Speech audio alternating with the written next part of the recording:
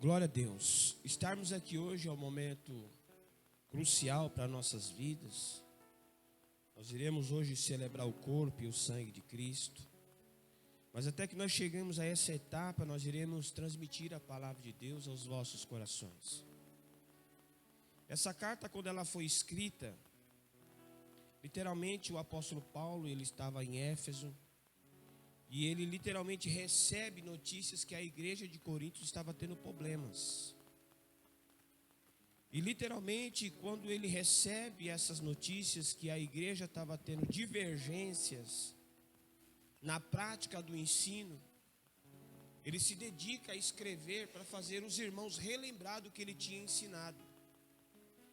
Porque o problema maior, irmãos, não é você aprender, é você praticar. Porque a prática vai gerar um fruto na sua vida e através da sua vida. Então ele teve algumas notícias não muito boas a respeito dos irmãos que estavam em Corintos. Ele foi informado que havia muitas coisas que estavam em desacordo com o que ele havia ensinado. Algumas coisas eu vou citar a vocês aqui. Havia divisões, contenda, imoralidade, prostituições, corrupção e assim vai. Eu coloquei essas 5 etapas aqui da igreja, porque quando nós olhamos para a igreja contemporânea, que é a nossa igreja no sentido global desses dias atual, nós vemos as mesmas dificuldades. Porque a igreja hoje ela precisava representar o reino de Deus, mas ela gera mais dúvida do que clareza, pela sua falta de testemunho, pela sua incoerência bíblica, e nós se preocupamos com isso porque nós não devemos adotar esse modelo, porque a palavra de Deus nos instrui a viver com responsabilidade diante da sociedade, representando quem nós somos, diante daquilo que literalmente já não tem mais esperança.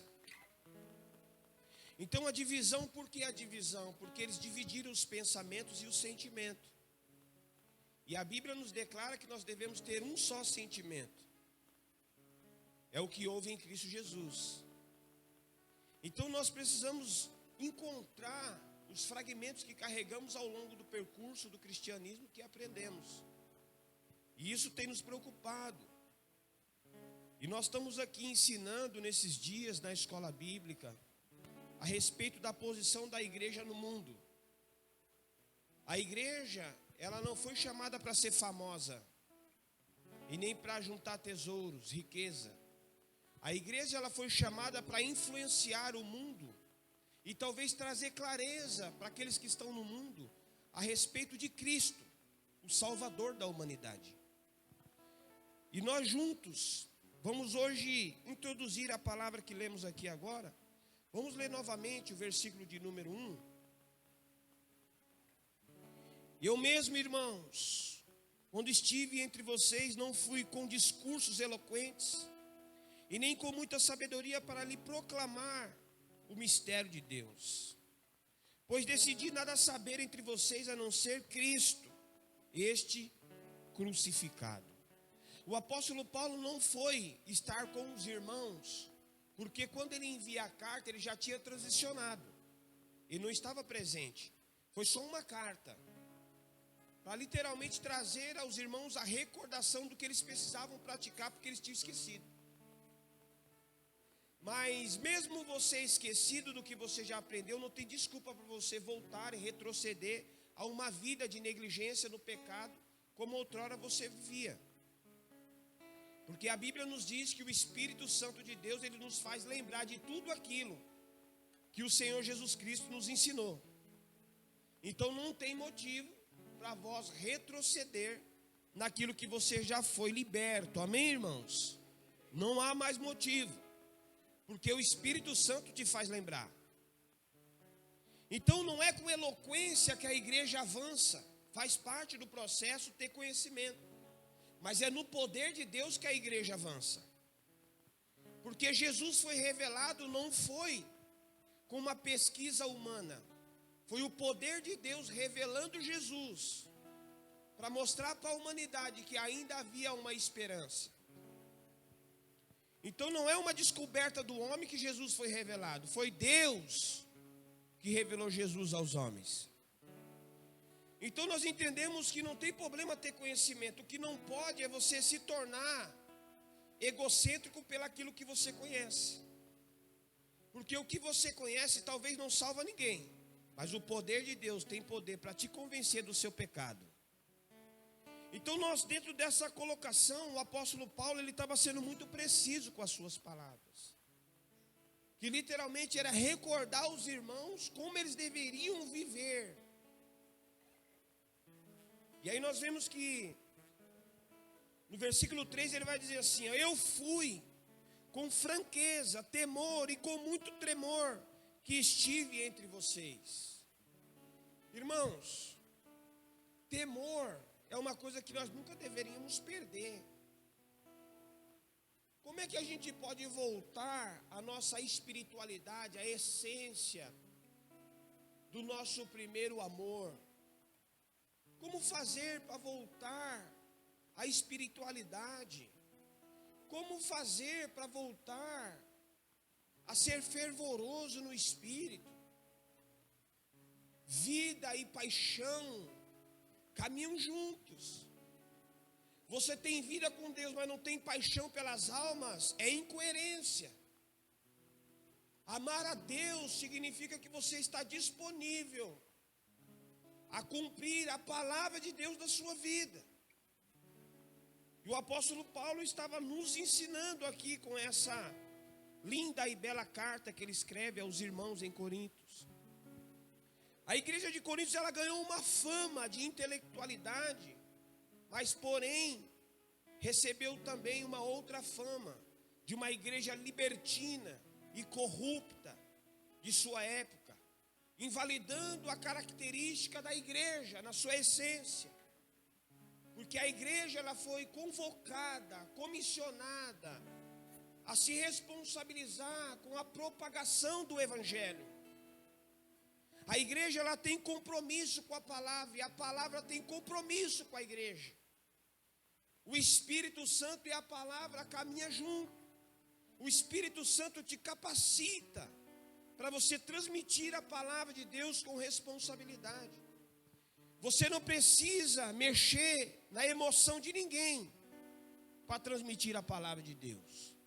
O apóstolo Paulo, ele era tão responsável que ele fala aos irmãos de Tessalônica que ele não só estava transmitindo o evangelho, anunciando a boa notícia de Deus, como ele estava também dando a sua própria vida por causa do evangelho. O evangelho talvez vai custar suas lágrimas, mas você não quer chorar, mas você está disposto a sorrir. O evangelho talvez vai custar perda na sua vida, mas talvez você não quer perder, mas você quer conquistar. Então o evangelho, ele tem literalmente a sua responsabilidade a ser anunciado através da vida de todos nós que nascemos em Cristo Jesus. E eu quero trazer direções para você, por quê? Porque você nunca vai alcançar alguém só por eloquência. A palavra que eu prego, se não tem poder, só gera inchaço, só junta pessoa, mas não transforma ninguém. A palavra que eu prego, ela precisa ser transmitida com o poder do Espírito Santo. O Espírito Santo, ele é a pessoa que vai te convencer do seu pecado. E ele está aqui para isso. Retroceder não é o objetivo central, irmãos. Você pode ter suas dificuldades no caminho, mas retroceder não. Você está se tornando a obra inválida do trabalho dos nossos irmãos que deram a sua vida por causa do evangelho. Precisa ter clareza que você vai passar por dificuldade, mas elas não vão parar você. Essas lutas que você está enfrentando não pode parar você. Os irmãos em Corintos, passando por luta, por desafios, E por fama, porque a fama ela tem um poder de persuasão. Ela vai manipular você. O crente não foi chamado para ter fama, para ter seguidores. Ele foi chamado para fazer discípulo e morrer pela causa de Cristo. Quem vive por like e aplauso, não chora por almas. Paixão pelas almas te faz você chorar. Você lembrar de alguém que está indo para o inferno, você vai clamar até que ele seja alcançado. O apóstolo Paulo, ele não cessava um minuto de anunciar o evangelho com a sua própria vida. E assim tem que ser eu e você. A igreja não pode ter fama, amém?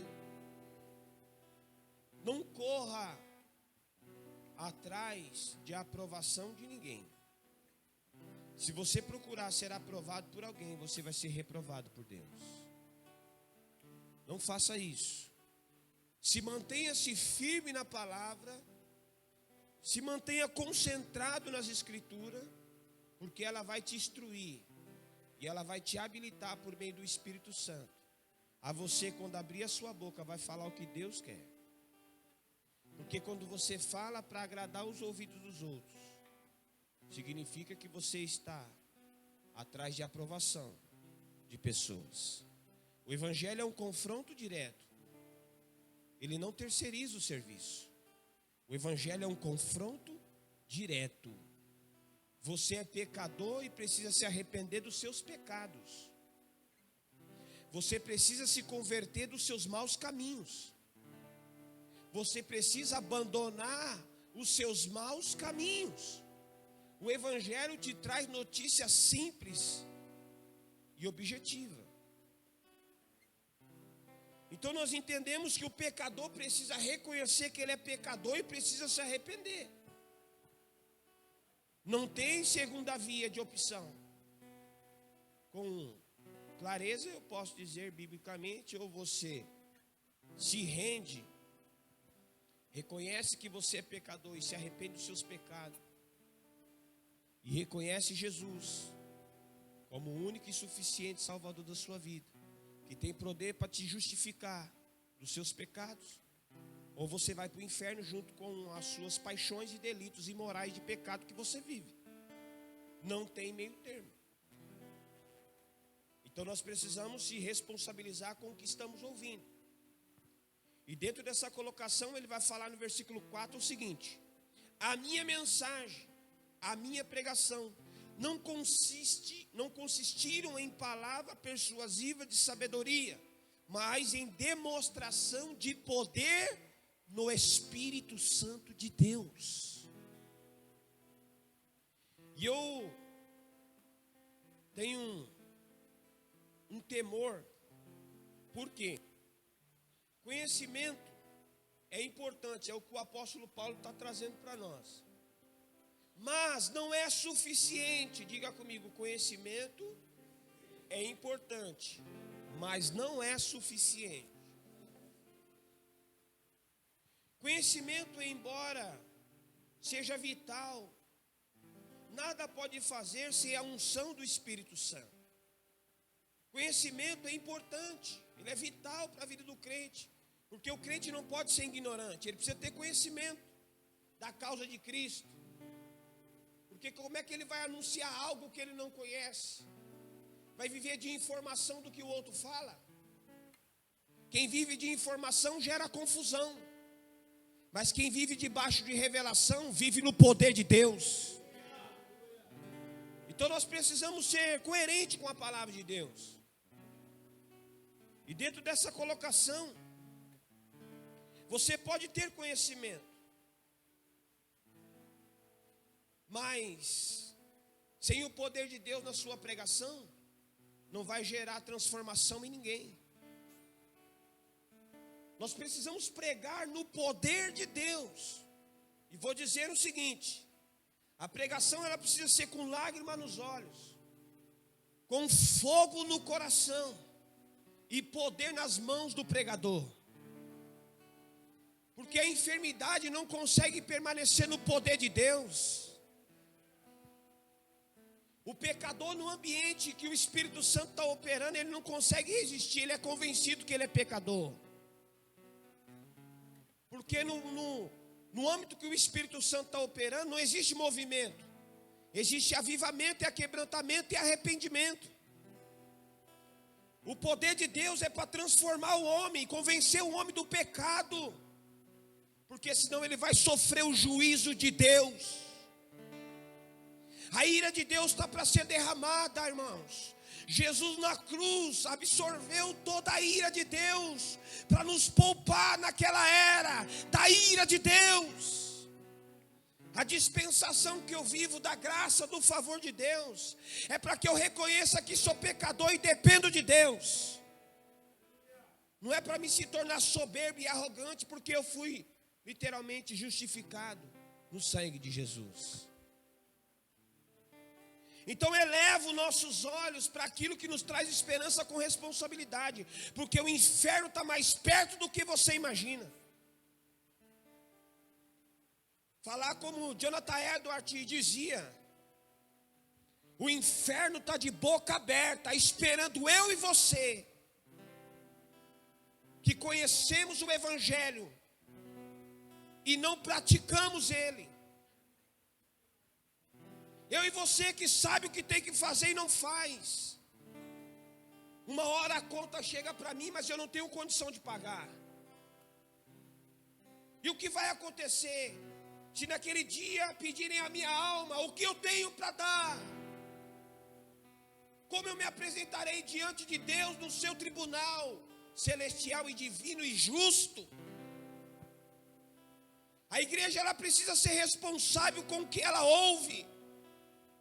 Porque a igreja de Corintos, ela recebeu uma fama de igreja corrupta, imoral, prostituta, avarenta.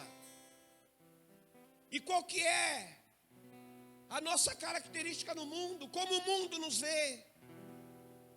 Porque eu não sou crente, porque eu falo para o outro que eu sou crente. Porque quando eu falo que eu sou, é fácil ser. Porque eu falei que sou. Agora o mundo precisa olhar para mim e ver Jesus em mim, sem eu falar uma palavra para o mundo. Porque a palavra de Deus vai me trazer clareza do que eu preciso praticar no mundo. Porque a igreja mais importante que você se tornou é a que Deus está edificando dentro de você. Não é a que você está indo. É a que Deus está edificando dentro de você.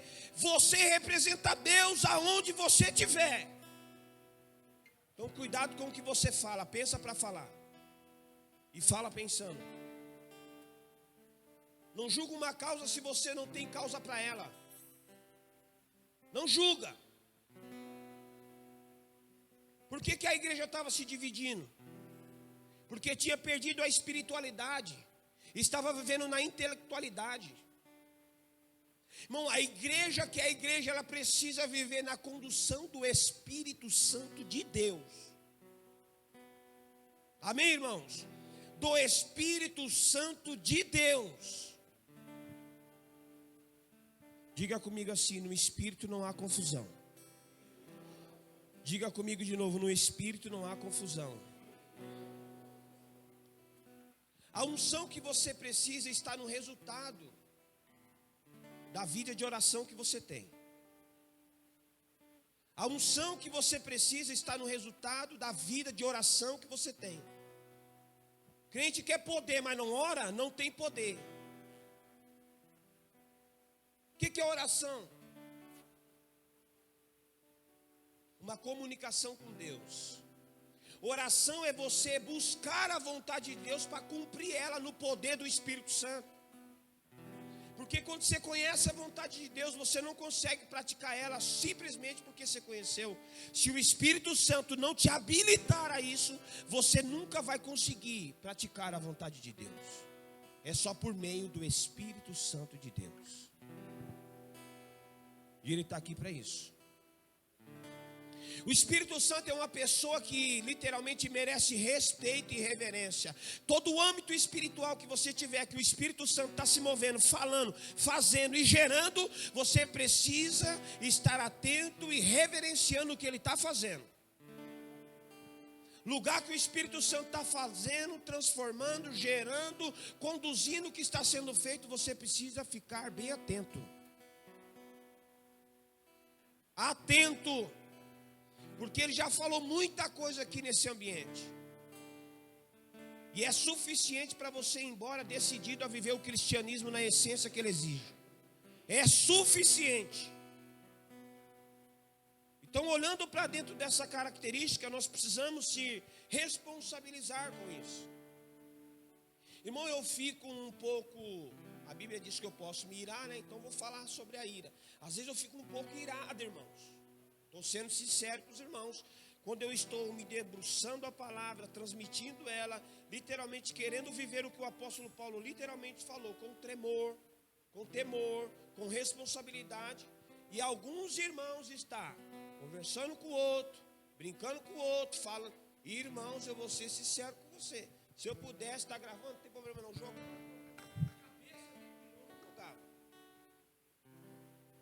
Porque em âmbito espiritual, que o Espírito Santo está fazendo, não é lugar de você falar, é lugar de você ouvir, porque depois ele vai exigir a sua prática.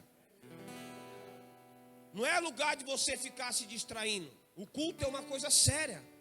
O culto é sacrificial. Ele é racional. E ele é espiritual. Então você só vai discernir o que Deus está fazendo e falando se você estiver no Espírito. Amém, irmãos? Então não vai vacilar os seus pés e nem os seus ouvidos, para que você perca o que o Espírito Santo está falando. Não é porque é eu, poderia ser qualquer um de vocês que estivesse pregando. Porque embora nós estamos ensinando nesses dias que o púlpito precisa de uma reforma. Se ele precisa de uma reforma, literalmente eu faço parte dessa turma que acessa o púlpito. Então eu também preciso de uma reforma. Amém, irmãos? Então está dentro de uma colocação bíblica, que cabe a você e cabe a mim, a se responsabilizar com o que estamos ouvindo. Então o versículo 5 vai dizer assim, ó, para que a fé de vocês não se baseia-se na sabedoria humana, mas no poder de Deus. Não, vou explicar para você algo aqui. Os não regenerados não conhecem a sabedoria de Deus. Os intelectuais do mundo são cegos espirituais. Não têm discernimento e nem entendimento espiritual. Então o mundo não consegue enxergar o que você enxerga. E quem vai fazer o mundo enxergar? Um cego guiando outro cego, disse Jesus, que vai para onde? Vai cair num buraco. Então você vê que o mundo está sempre tropicando. E qual que é o tropeço do mundo? É o vazio que ele sente que nada preenche. Ele vai para um lugar, para uma festa, aplaude, bebe, dança, faz orgia, faz o que for lá para fora.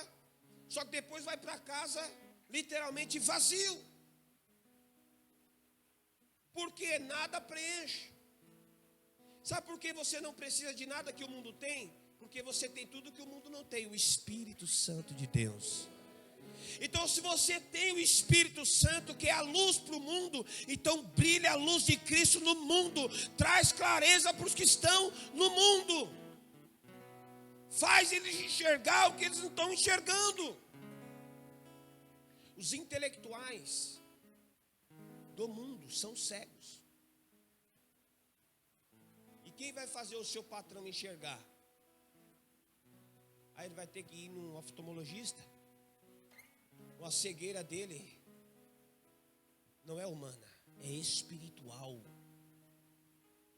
Você não quer o dinheiro dele, você quer anunciar o evangelho para que a alma dele seja salva. Porque quem vive por dinheiro vende o ministério. Quem vive por dinheiro vende o ministério. Então nós olhando para dentro de uma responsabilidade tão mútua, que eu me alegro. Lê comigo aí o versículo de número 8.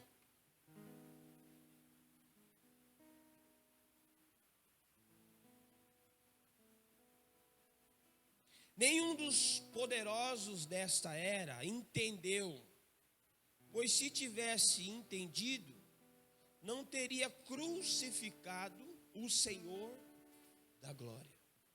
Por que que eles não entenderam? Porque não tinha quem ensinasse. Ah, pastor, mas eles tinham conhecimento da lei. Irmão, presta atenção no que eu vou dizer a você.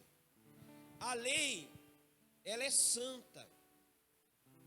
A lei, ela é irrevogável. Mas um homem que não é santo, como é que vai entender a santificação de Deus por meio da sua lei? Homens que tinham conhecimento, mas era perverso, jamais a lei iria produzir efeito na vida deles. Eles vendiam o seu ministério. Eles iam fazer oração na casa das viúvas, até consumir tudo que ela tinha. Hoje não é diferente. Tem alguns que sabotam até o conhecimento. Bom, presta atenção. Você só é enganado até o ponto que você quer.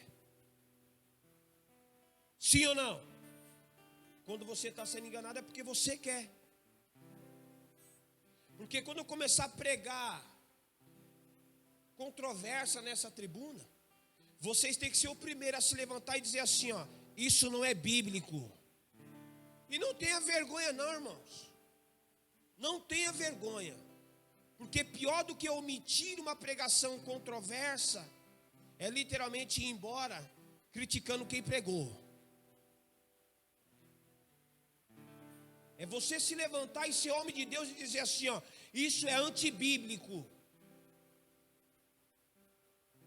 Não interessa se ninguém te dá ouvido ou não, mas o que importa é que você não vai aceitar ouvir coisas que não são bíblicas dentro de um âmbito espiritual. Nós temos aqui as nossas reuniões, nossos ensinamentos, e eles são claros. A autoridade maior na igreja não é o pastor, é a igreja. Por isso que Deus não deu a igreja para pastores. E tem alguns que sem sanidade mental acham que é dono da igreja, quer abrir uma igreja. Inútil dizer isso porque a igreja não se abre, ela nasce. E se ela nasce, não é você que literalmente é aquele que tem a condução da semente de vida. Então Deus não deu a igreja para pastores. Deus deu pastor para a igreja. Então a igreja ela tem autoridade suprema diante de Deus para julgar qualquer causa, sendo ela santa. Porque tem igreja que gosta de ser manipulada. Tem um povo que gosta de ser enganado. Não lê a Bíblia, não estuda, não pratica as escrituras. Só vai receber informação do outro, não tem coerência com a palavra de Deus. Irmão, vocês estão aqui me ouvindo, mas quando vocês forem embora, não lerem a palavra, não estudarem, literalmente não vai produzir o efeito necessário. Que a Bíblia não é um monumento de ficar como enfeite na sua estante. É para ela ser aberta e falar com você, te instruir, te confrontar, te transformar, porque a palavra tem poder. Há quantos crentes preguiçosos que não lêem a Bíblia,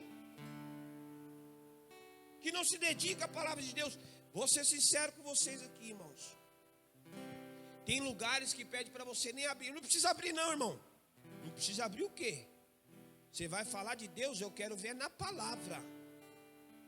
Vai falar de Deus, eu quero ver a palavra. Se contradizer o que está escrito, irmãos, em nome de Jesus, nós podemos dizer como o apóstolo Paulo falou, esse outro evangelho nós não conhecemos.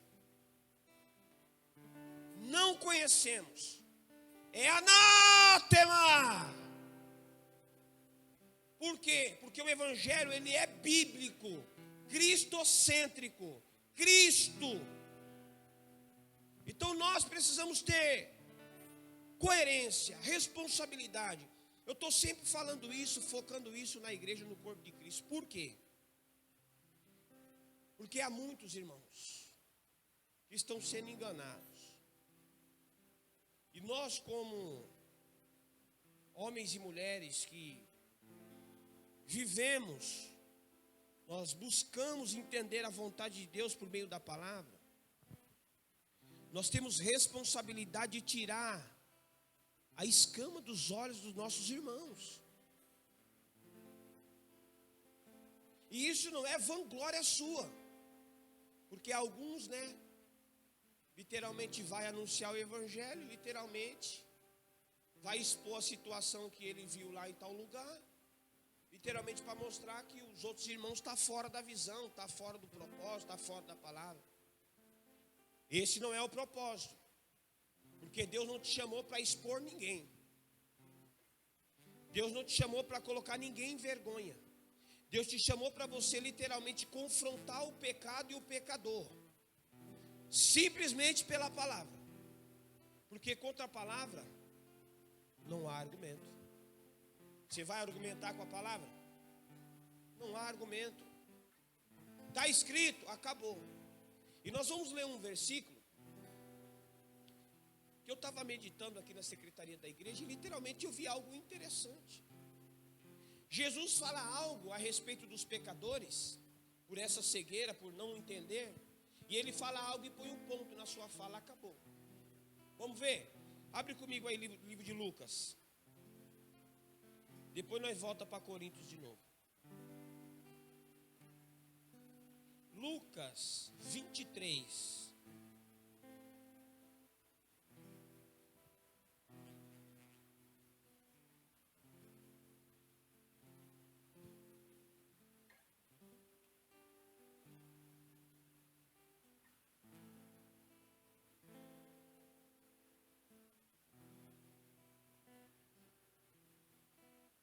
Versículo de número 34. Aqui nós estamos lendo a respeito da crucificação, Mas nós só vamos ler o 34, que o objetivo é outro.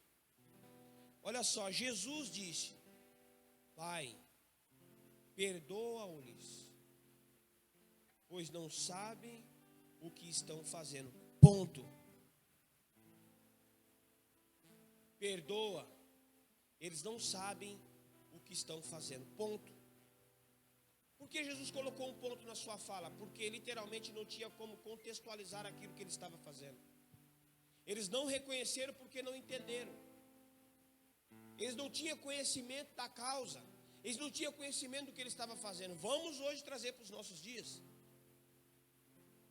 Talvez você e eu crucificaria Jesus de novo.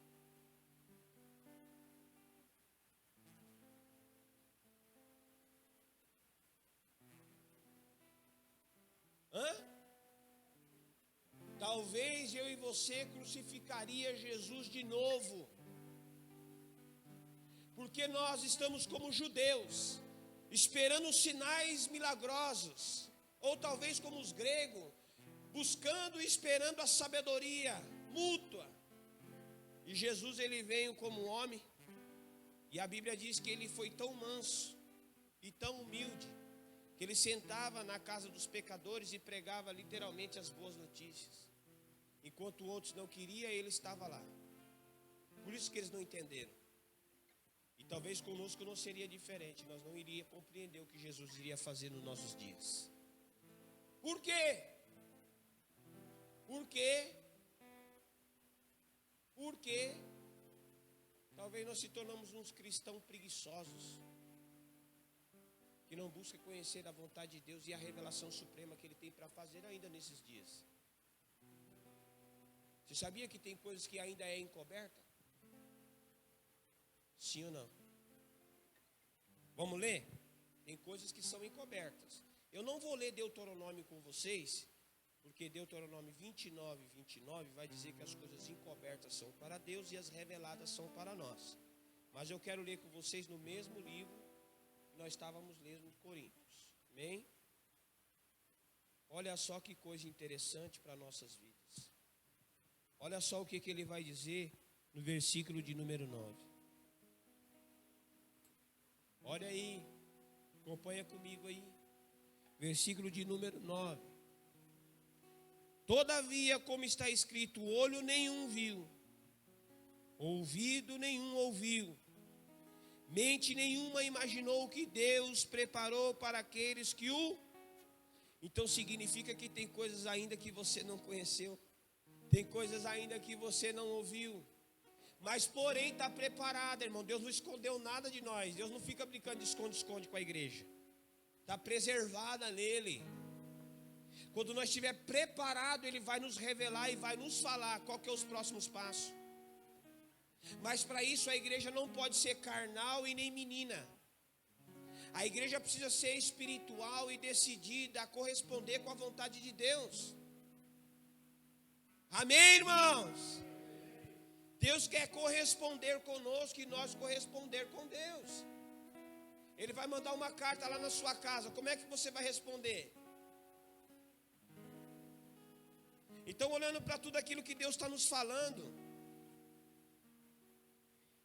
eu quero dizer a você o seguinte: o Evangelho é revelado pelo Espírito Santo através da palavra. A sabedoria só foi descoberta pela revelação de Deus, não por uma investigação humana. Amém? E agora ali vai uma pergunta para todos vocês: o que era a sabedoria de Deus? O que é a sabedoria de Deus?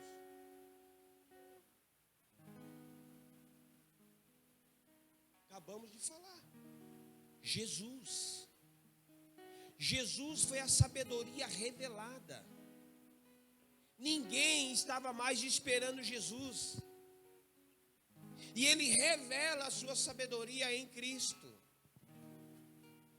Toda a sabedoria está em Cristo. Todas as coisas foram reconciliadas em Cristo. Deus reconciliou o mundo. O mundo. Em Cristo. Consigo mesmo. Irmão, não há uma sabedoria, filosofia, teologia, escatologia, tantologia para poder explicar a sabedoria suprema de Deus revelada em Cristo. Ele é, Ele faz, Ele vê o que o homem não vê, Ele vai aonde o homem não vai. Jesus, a supremacia de Deus sobre todas as coisas, da sua onisciência. Ele estava na criação, na fundação, Ele fez tudo que teve que ser feito, porque sem Ele nada do que existe existiria. Jesus é a sabedoria de Deus.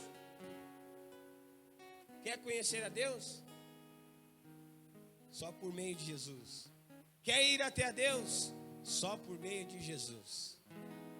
Não adianta você fazer outro caminho, dar um jeito.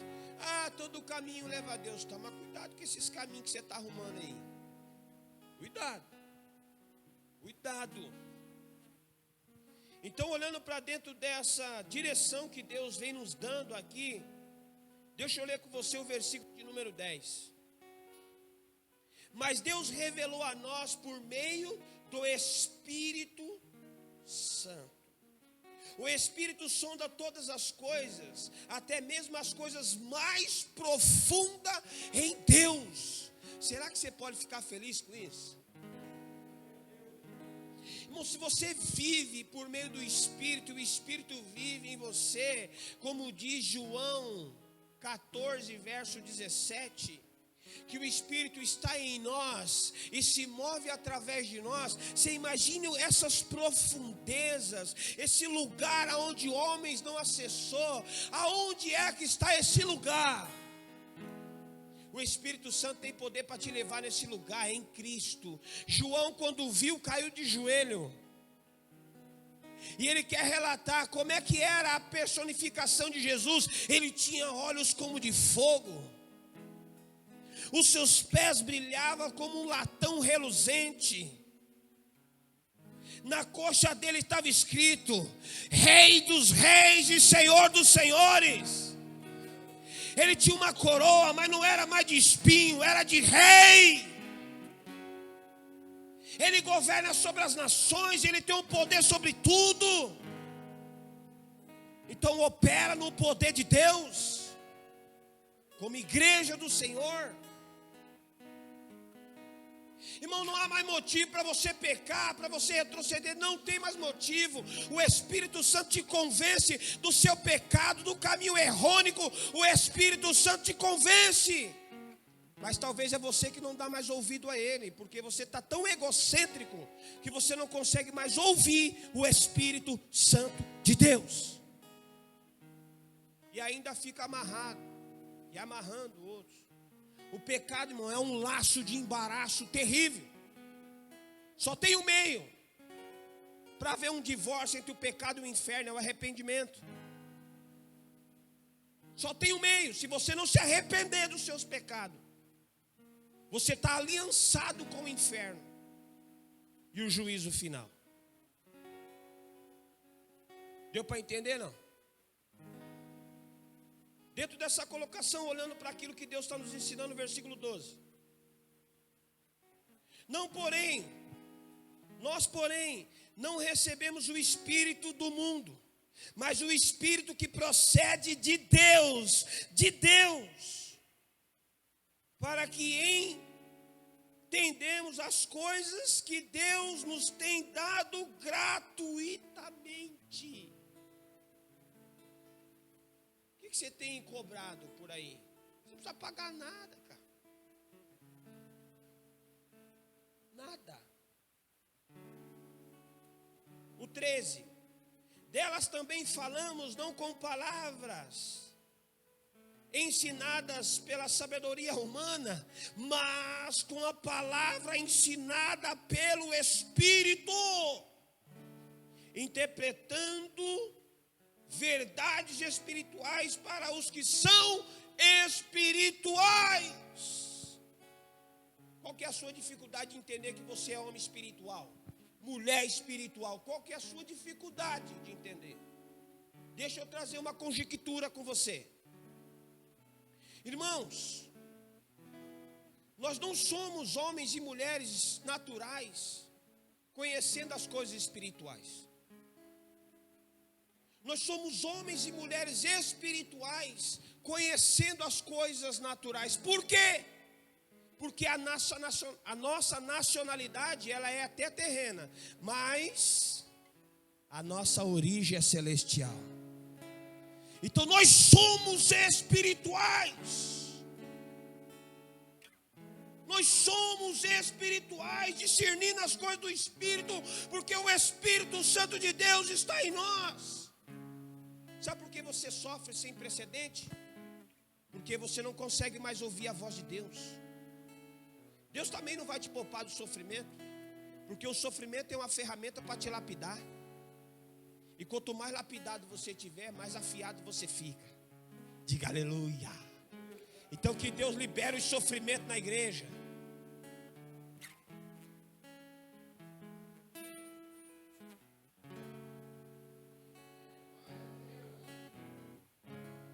Quer sofrer, irmãos? É prazeroso sofrer pela causa de Cristo. O apóstolo Paulo vai dizer isso. Filipenses capítulo 3, eu amo esse versículo. Aleluia. Que ele não queria só conhecer a Cristo, ele queria também fazer parte do sofrimento de Cristo. Irmão, presta atenção, não tem prazer maior do que uma alma ganhar outra alma.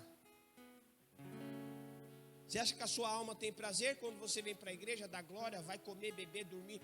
Não tem o prazer dela sentir o prazer de ganhar uma outra alma. Ela vai querer saltar de dentro de você, mas você vai, quieta-te, alma, não é tempo ainda, o arrebatamento não aconteceu. Calma, tem mais almas para operar ainda. Porque é uma alegria imutável. Amém, irmãos? Então deixa eu encerrar com vocês lendo mais 2 versículos. Um versículo. Versículo de número 14. Quem não tem o Espírito não aceita as coisas que vêm do Espírito. Isso é forte para nossas vidas, né? Quem não tem o Espírito não consegue compreender as coisas do Espírito. E a pessoa vai sempre se ofender quando o Espírito falar. Sempre vai haver uma ofensa, porque não está no espírito. Porque quem se ofende é o seu ego, não é o espírito que está em você. Vamos lá? Quem não tem o espírito, não aceita as coisas que vêm do Espírito de Deus, pois lhe são loucura, e não é capaz de entendê-las, porque elas são discernidas espiritualmente. Será que isso recorda você em alguma coisa, quando você se ofendeu? Ou quando você se magoou, sei lá que eu posso dizer, tanto lixo que nós põe dentro de nós, né, irmão? Mas parece que, sei lá, às vezes a gente sai fora da direção de Deus, pega uma passinha de situação e joga dentro de nós. Não é? Parece que a gente não consegue compreender. Deus dá toda a instrução para nós. Irmão, até as aflições, a perseguição, a calúnia, tudo que vier, tem que ser discernida no Espírito. Porque no Espírito não há confusão. O Espírito tem direção, ele capacita nós a entender. E a Bíblia diz no livro de Romanos, capítulo 8, verso 28 em diante, vai dizer que literalmente o Espírito Santo interpreta por nós. Até os nossos gemidos inexprimíveis. E ele faz uma função tão tremenda que ele intercede por nós diante de Deus. Está ruim? Não pensa que o Espírito não viu que você está ruim, porque ele já está intercedendo. Talvez você não está entendendo o que ele quer fazer. Talvez você não está entendendo o que ele quer fazer. Mas ele já está operando. Diga comigo assim: a operação do Espírito Santo é infalível. Mas talvez você pode reter ele aí. Talvez você entristece ele aí. Talvez você apaga ele aí. O que fazer para nós voltar ao fervor espiritual? O que fazer para nós voltar à essência do Evangelho? Como fazer? Sabe como fazer? Apocalipse capítulo 2, verso de número 5 e diante. Quem sabe o que está escrito? Ah, igreja bíblica. Ah, eu sei que você sabe sim. Eu sei que você lembra de cor. Bicho, não precisa nem falar, nem abrir a Bíblia. Hã? Sabe, eu sei que sabe. Irmão, se você pegar o que Cristo falou para a igreja de Éfeso, você vai entender que é o caminho que você tem que fazer. Amém? Não é só voltar. Ah, eu quero voltar, voltei, mas o que eu vou fazer? Não abandonou? Não adiantou voltar, tem que abandonar. Abandonar o quê? O quê?